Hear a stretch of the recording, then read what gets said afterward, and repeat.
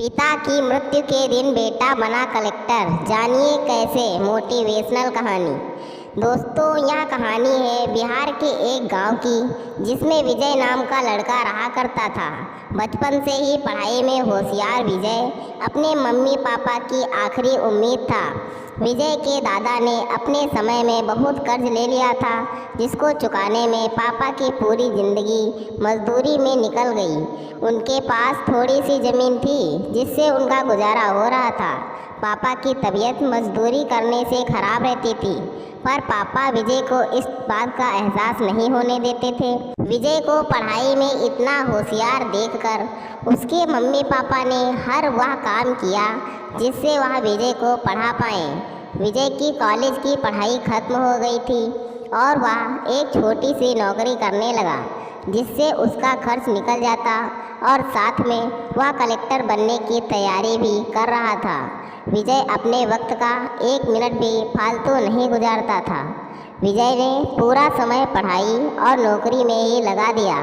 विजय के पापा को यह पता था कि वह कलेक्टर बनना चाहता है, इसलिए घर की हालत बहुत ज़्यादा खराब होने पर भी उन्होंने विजय से कभी इस बात का जिक्र भी नहीं किया और न उसको अच्छी नौकरी करने के लिए कहा। लगातार 2 साल तक विजय पास नहीं हो पाया। उसके बाद भी उसके पिता ने अपना घर और ज़मीन गिरवी रखकर विजय को IAS की कोचिंग ज्वाइन करवाई और उसकी नौकरी भी छुड़वा दी और केवल पढ़ाई करने को कहा। विजय के पापा हमेशा उससे कहा करते थे, बेटा खेत और घर दोबारा आ जाएंगे, पर कलेक्टर दोबारा नहीं बन सकते। आज पूरे साल पढ़ाई करने के बाद विजय का रिजल्ट आ गया, जिसमें वह अच्छे नंबरों से निकल गया था। आज उसके पिता से ज़्यादा खुश कोई नहीं था। ऐसा लग रहा था जैसे विजय का सपना पूरा होने वाला है, पर भगवान को कुछ और ही मंजूर था। विजय का कल इंटरव्यू था और सुबह से उसके पापा की तबीयत खराब थी। विजय के पापा उसकी माँ से बार बार कह रहे थे कि विजय को मत बताना, और उस दिन देर रात उनकी मौत हो गई।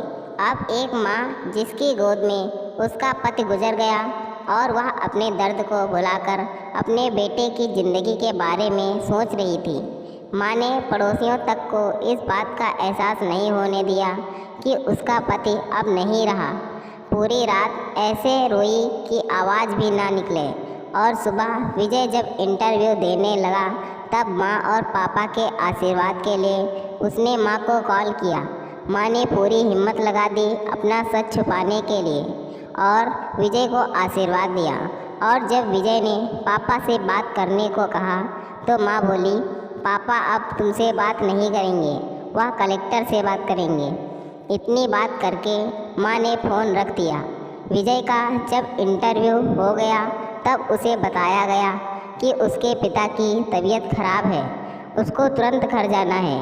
विजय को एक पल भी नहीं लगा अपने पिता की हालत समझने में। घर पहुंचकर पिता के पैरों में गिरकर वह ज़ोर ज़ोर से रोने लगा और कहने लगा, पापा उठो, देखो मैं कलेक्टर बन गया।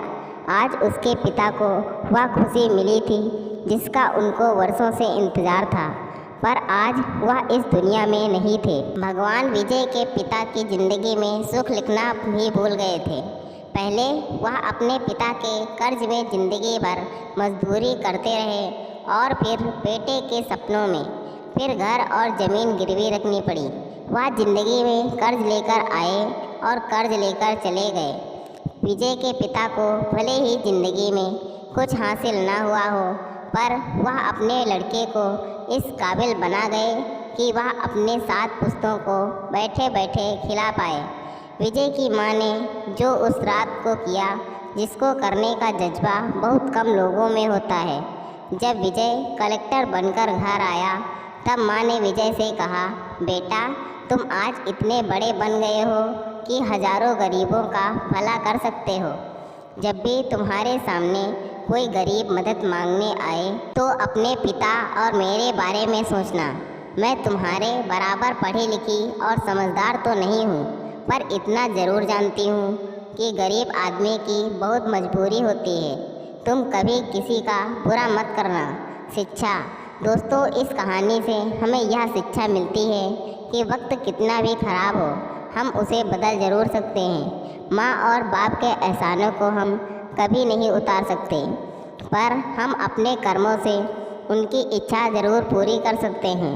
आपने इस कहानी में पढ़ा कि कैसे विजय के पिता का जीवन लग गया उसे कलेक्टर बनाने में। जब भी कोई किसी पोस्ट पर या जीवन में बहुत ऊपर किसी पद पर पहुंच जाता है, तब उसमें बहुत सारे लोगों की मेहनत और त्याग लगती है। जब हम 2 मिनट में किसी को अच्छा या बुरा कह देते हैं, तब हम उसके जीवन का संघर्ष भूल जाते हैं। किसी अधिकारी, नेता या बिजनेसमैन को बुरा भला कहने से पहले उसके पीछे की मेहनत और त्याग के बारे में ज़रूर सोचें। तो दोस्तों, यह थी हमारी आज की कहानी। अगर यह कहानी आपको पसंद आई है तो कृपया इसे लाइक करें और कहानी पर अपनी राय देने के लिए इसमें कमेंट करें। दोस्तों, ऐसी ही और कहानियाँ सुनने के लिए हमारे चैनल को सब्सक्राइब करें। धन्यवाद दोस्तों। Thanks for watching this video.